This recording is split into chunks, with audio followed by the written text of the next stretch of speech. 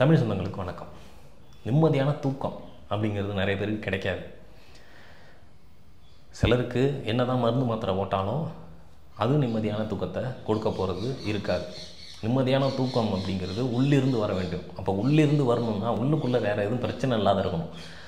அப்போது பிரச்சனை இல்லாமல் நிம்மதியான தூக்கம் வருது அப்படின்னு சொன்னாலே அவன் இந்த வாழ்க்கையில் இந்த உலகத்தில் ஒரு பணக்காரன் அல்லது ஒரு பாக்கியசாலி.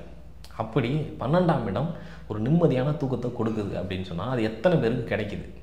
அப்போது நிம்மதியான தூக்கம் இல்லாதவங்களாம் எந்த அளவுக்கு அந்த 12ஆம் இடம் பாதிக்கப்பட்டிருக்கும், அல்லது எந்த கிரகங்கள்லாம் இருந்தால், அல்லது எந்த மாதிரியான காலகட்டம் உங்களுக்கு இந்த தூக்கத்தை கெடுக்கக்கூடிய காலகட்டமாக இருக்கும், அல்லது நிம்மதி குறைவான காலகட்டமாக இருக்கும், அல்லது நிம்மதியாக வாழ்கிறதுக்கு எந்த மாதிரியான கிரக நிலை அமைப்பை பெற்றிருக்கணும் ஒருத்தன் அப்படிங்கிற சில விளக்கங்களை தான் இந்த வீடியோவில் நம்ம பார்க்க போகிறோம். ஒரு மனுஷனுக்கு நிம்மதியான தூக்கங்கிறது ரொம்ப முக்கியமானது. அது இல்லைனா ஒரு மனுஷனாகவே இருக்க மாட்டான். ஒரு நாள் தூங்காதவன் மறுநாள் எப்படி செயல்படுறான் அப்படிங்கிறத பார்த்தாலே தெரிஞ்சிடும். அவனுடைய அந்த மனிதத்தன்மை இல்லாமல் விலங்குத்தன்மையாக மாறிடும். அப்படி ஒருத்தவனுக்கு நிம்மதியான தூக்கம் அப்படிங்கிறது ஒரு நாள் 2 நாள்னா பரவாயில்ல. சிலருக்கு 1 வருஷம் 2 வருஷமாக, சிலருக்கு கல்யாணம் ஆனதுலேருந்து, சிலருக்கு எனக்கு நினைவு தெரிஞ்சதுலேருந்து அப்படின்னு சொல்லுவாங்க. இப்படி ஒவ்வொருத்தவங்களுக்கும் சில நேரங்கள் தூக்கம் கெடும். நிம்மதியான வாழ்க்கைங்கிறது இல்லையே அப்படின்னு சொல்கிற மாதிரி இருக்கும். இப்போ அவங்களுக்கு எப்படி அதை தெரிஞ்சிக்கலாம், இல்லை அதுலேருந்து என்ன சொல்யூஷன் அப்படிங்கிறத பார்ப்போம். உதாரணம் லக்னம் மீன லக்னம்னு எடுத்துப்போம். 12ஆவது இடம் என்னவா வருது? சனி, கும்ப வீடு. சனி தான் அதிபதி. இப்போ அவர் எந்த நிலையில் இருக்கார்? 12ஆம் இடத்தை வேறு கிரக பார்வை இருக்கா அப்படின்னு கேட்டால் ஆமாம். கிரக பார்வை செவ்வாயினுடைய பார்வை 8வது பார்வையா, சனியினுடைய பார்வை அந்த 12ஆவது இடத்துல 7வது பார்வையா, குருவினுடைய 9வது பார்வை. சரியா? இப்போ இந்த மாதிரி இருக்கிறதுனால இங்கே 12ஆம் இடம் பாதிக்கப்படுதான்னா ஓரளவு பாதிக்கப்படுது. ஆனால் சில விஷயங்கள் அவரே அதில் ரெக்கவர் எடுத்துக்கலாம் அப்படின்னும் இருக்குது. என்னென்ன அப்படின்னு சொல்லி பார்ப்போம். 12ஆவது இடம் அப்படின்னு சொல்கிறது நிம்மதியான தூக்கம். சனி அந்த வீட்டின் அதிபதி பகை நிலையில் இருக்கார். சிம்மத்தில் போய்ட்டு பகை நிலையில் இருக்கார். அப்போ பொதுவாகவே தூக்கத்திற்கு இடையூறு அதிகமாகவே இருக்கும். நிம்மதியான தூக்கம் கிடைக்கிறதுக்கான குவாலிட்டி ரொம்ப கம்மி. அதை இவர் இழுத்து பிடிச்சி கொண்டு வருவார். செவ்வாயினுடைய பார்வை அதை கொடுக்குது. என்ன தான் இருந்தாலும் நாளைக்கு ஒரு கொலையே நடக்குதுனாலும் நாளைக்கு தானே நடக்குது, நீங்கள் நிம்மதியாக தூங்கி எந்திரிப்போம் அப்படிங்கிற முயற்சியை இவர் எடுப்பார்.